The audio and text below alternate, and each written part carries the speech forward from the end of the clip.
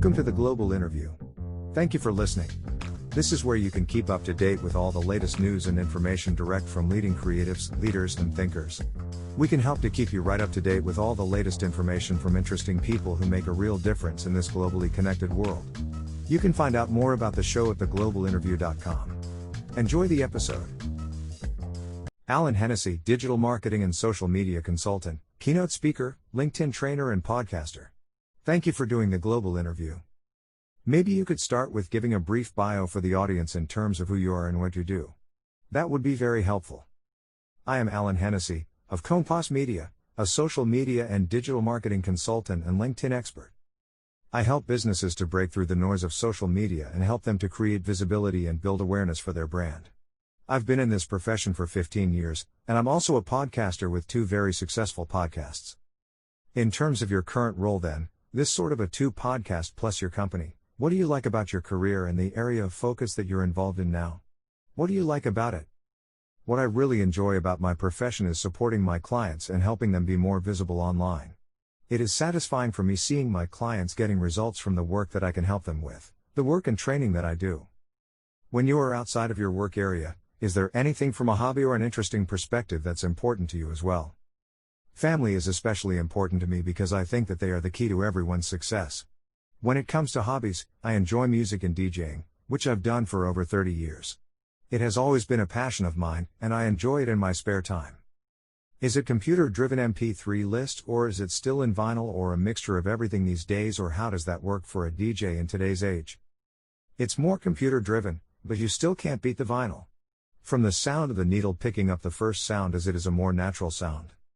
Predominantly, it would be what's called the computer MP3s because they're easy and accessible. I read only last week that for the first time ever, vinyl sales beat the sales of CDs. It's incredible. It sure is. I was over in one of the shopping centers here in Dublin that has a vinyl section, and I'm walking by saying to myself, I have that album, I have that album, I have that album. When I look at the prices, ranging from your 30-50 euros, I can remember buying that for only €5.99. So, it's really interesting to see that, but it's great to see it coming back, and I think people are looking for that now, old school. They are looking for stuff that people can go back to when they were younger that they can enjoy. It's like a book, we can all read digital books, but when you actually get a physical product in your hand, it changes the whole complexity of what you're doing, what you're listening to or what you're reading. Very good.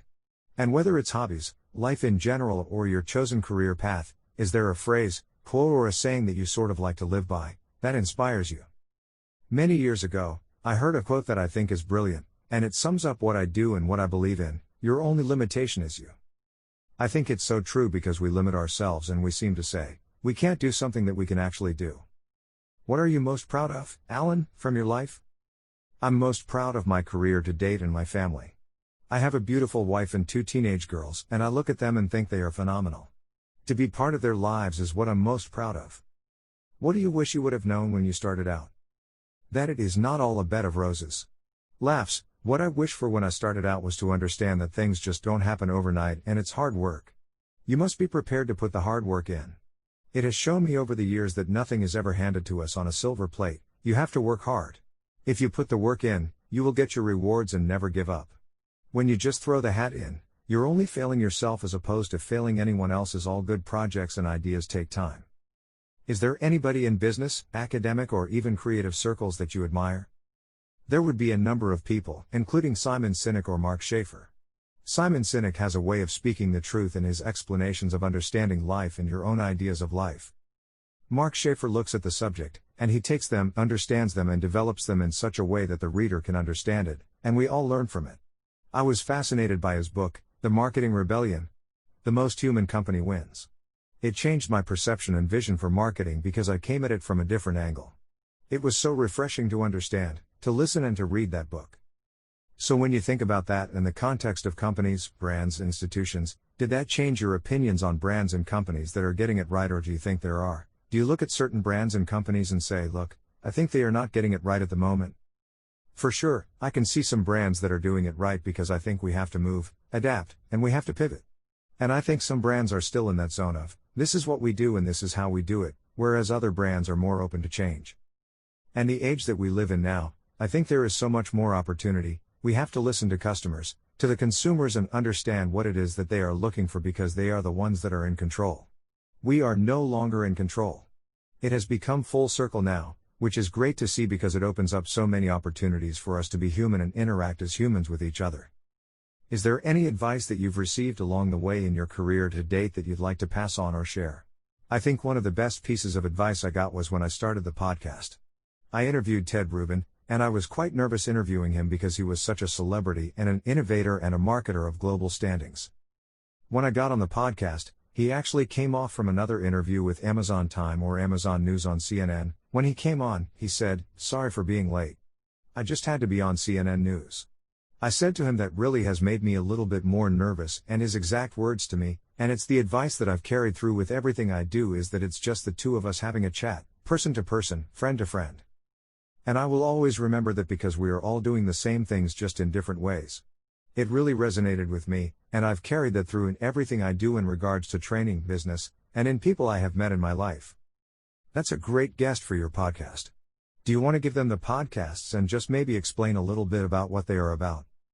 I have 2 podcasts, the Social Media Talks podcast, which we talk to some of the world's leading experts in digital marketing, social media, and in business. I also have the Curious Fire podcast, which is more of a passion of mine, which delves into subjects that are a bit off-center, but they're things that people don't ask. The types of procrastination, what is procrastination, digital dope, things like that, all the questions, and on this podcast, we have conversations about it. So, it's really interesting and insightful. I do it with a good friend of mine, Trevor Lorkings, from England, and it's called the Curious Fire podcast. In terms of your own motivations, is there anything that drives or motivates you in a work environment? The thing that drives and motivates me most would be seeing people getting results and helping people. And that is such a motivation, seeing customers getting results from how I have helped and supported them. They now start to see the opportunities that are there for them, that can bring their business to the next level. They also go on a journey of discovery and understanding and enhance what they do from the right motivation. You've obviously got a podcast focused on social media, so you're the perfect person to ask, but I'm interested in your own thoughts on the future of social media. There's a lot of talk at the moment in the area of is social media good, bad? People have different views on it. What are your views on the future of social media? Maybe where we're at now and where this is going? I think social media gets bad publicity, and it has for a while because they are saying it can be very destructive, and it can be. But it can also be used for so much good. It brings so many people together. It helps us to build solid relationships, connect with people that we would never have been able to connect with. We understand how people are thinking. We understand how people are feeling from what they are uploading, and it gives us the ability to nurture relationships. I think social media going forward will see a huge shift. There will be more structure and personal connections over the next number of years, where it's not going to be about the brand, it's going to be about the people that are behind these brands. And also include the people that are involved in social media. It will give companies a huge opportunity to show the human side of what they do. That's interesting. Do you have a personal favorite social media platform? Do you mix and match, or what do you use? Where do you find yourself spending most of your own time in terms of social media? My 2 favorites are LinkedIn and Twitter. But if I have to pick between them, I would definitely be going for LinkedIn, because I find that LinkedIn is great for connecting with like-minded business owners and like-minded people, and not always necessarily looking for a business. The connection on this platform is paramount with a broader medium, and not just connecting with influencers and people that you can really have a meaningful conversation. That's the beauty of LinkedIn, and it's business orientated. Twitter, I find, is a fabulous way to reach out and connect with people, and then to bring the conversation on to the next level on LinkedIn. So, I think they work hand in hand, and they both have their own merits. I'm sure over your career, you've obviously mentored a number of people. Have you ever had a mentor? Has anybody ever been a mentor for you, maybe earlier on in your career? I've had a number of mentors because of people that I've connected with and from conversations. And I believe that mentorship is about collaborating and learning from each other, because we are all learning every day, and I think that's the key to it. So, I would have never had a mentor, but what I had was people within my community and my close circle that I would turn to for advice and guidance. And likewise, I would have done the same where I've had a number of people that I have mentored and just brought them to where they need to be, seeing their potential and helping expose them to see what they can achieve. You were talking about LinkedIn a moment ago. Do you find that in this, I suppose, pandemic era that we find ourselves in, do you find that you can make the same type of network connections digitally as maybe you would have gone in the offline, in inverted commerce real world, or do you find it's better, the same, it has made no difference, or is it a third way of networking for you? It's true that before the pandemic, it had always been face-to-face, and I've always enjoyed that. When the pandemic struck, businesses had to move everything online. I find that connecting with people through LinkedIn has been a great resource, and recently I've set up one networking group, but I've also been involved in another networking group. That has really opened my eyes and has allowed me to learn a lot more about certain people that I would never have thought possible of talking to. It's a fabulous way of connecting, in that we don't have to be in the same room, but we still all share a common purpose. I think the virtue in that working arena has become so important over the last number of months, and I think it's here to stay. A lot of people have started to see the benefits of it, and I believe it's really powerful for what we are doing now. Is that what drove you to set up your own network as opposed to just joining other networks, or was there a strategic reason for that? When I began, my original thinking was to have a networking group called a virtual tea break and have a tea break. We are Irish, and instead of having the coffee morning or the virtual cup of coffee, it was going to be the virtual cup of tea because we like to drink tea here. I spoke to a friend of mine, and I put it out on Twitter, and a friend of mine in the States came back and said, "Yes, I would love to do it." We collaborated on the idea and decided to go global and renamed it the Global Tea Break. We started this prior to COVID, back in February, and in March, the pandemic struck. So, it was perfect timing, and it was never planned to be this, we had no insight going forward. But now, we have a community, and we don't call it networking. We call it a community which is over 100 members. We do a monthly global tea break where we meet up on the last Friday of the month for an hour and a half where we chat and help each other. It has been a huge support to so many people. We have connected, we have referred, we have done business with each other, and we have got to know each other's values and beliefs. It has been insightful, and we are moving forward by bringing our group to the next stage over the next couple of months. Watch this space. Just going back to the global tea break, I really like that because there's an awful lot of sort of coffee breaks type of place online now, but the global tea break really resonates, I suppose, with the global interview for sure. Yes, for sure, we have people coming in from Portland, Oregon, California, Los Angeles, New York, Germany, Sweden, Norway, England, and of course Ireland. We are getting different perspectives, and we are also learning how COVID is affecting other surrounding countries. I'm so excited for it because I have huge plans where I can see this becoming a hugely successful community and not based around making money. It's based around building communities, that's the most important part. In terms of your own major organization, have you got any advice for anybody who would be looking to go into the same line of work, whether it's podcasting, I suppose, or the more exciting things that you're involved in? The biggest piece of advice I can offer is to understand where it is that you want to concentrate your efforts on. This means finding your niche and audience, understanding it, absorbing your craft, and keep developing it every day. Going forward, don't just say, "I know it all," because none of us do. It is so important that we keep learning new things. And understand the industry that we are in, it's forever changing, so there's continuous updates, new concepts and new behaviors to keep up with. When I started first, it was all images. This has advanced quickly to video content. It has pivoted, and it's changing on a daily basis. So, I would say pick your niche and work with it and become the expert in that field. That's great advice. Do you think there's a common reason that people fail or give up, or what do you see as sort of some of the common reasons that people just don't continue with something?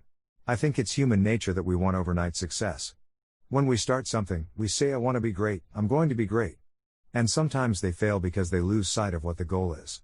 Set yourself some goals. Understand that success doesn't happen overnight. Like my favorite saying, and I always use it, it's this: it took me 10 years to become an overnight success. I think it's very true. You have to stick at it and build your brand because it's important that you build that credibility, build that business, and constantly keep trying to look at how you can develop it. Because of the world that we live in now, everyone wants an immediate reaction, when, in fact, it takes hard work. Most of the biggest companies in the world have taken several years to become who they are. We all start somewhere, and we will all get there. What about how you define success personally? Any lessons that you learned that you could share? I define success by being able to help people, and seeing the joy in people's faces when they do achieve that success, seeing them grow. It's great validation for me to see that, and that's how I would define success. I believe that we are all here to help each other, to motivate, to assist and add value to each other because I think that's the key to it. We need to help each other for us all to get to where we want to be. And would that be how? The lesson that you would share as well, helping each other? Yes, that's the lesson I would definitely give, to help each other. Collaborate and support, because when we collaborate, we are much stronger. When we work on our own, we are not as strong. By collaborating and helping each other, it brings us all together, and it helps us all succeed. Any skills that you feel would help you to become successful along the way? Is there any skill that you could sort of single out or highlight? One of the biggest skills that has helped me become more successful has been doing my master's in Neuro-Linguistic Programming, NLP. I started the journey 5 years ago. I read an article about it, and I said, I'd like to investigate this more. I joined an NLP practitioner's course and went on to do a master's level in it. I found that it has been so beneficial for me because it helps me to understand people, and it also helps me to read situations and get the best out of people. NLP helps you study how to talk to people, how to deal with people, and also how to help them and understand what it is that they are looking for. It has been very exciting to be able to put into practice what we do here with Compass Media, in regards to social media and digital marketing, and coming at it from a different approach. That has been a huge benefit to us. Is there anything that you're working on or else that you'd like to share that maybe we haven't covered? We are currently developing a whole new training hub with Compass Media, where we're going to be delivering a lot more courses and learning. It's about helping people become better at social and digital marketing, and we come at it from a different approach. We don't come at it from the textbook approach. We come at it from a practicing practitioner of digital marketing. It's up to date, and I think that's the key to training in any shape or form. Thank you for listening to this interview on The Global Interview. You can join the Global Interview newsletter at theglobalinterview.com. Thank you for listening to this episode from The Global Interview. We appreciate your support. If you would like to find out more, please visit theglobalinterview.com.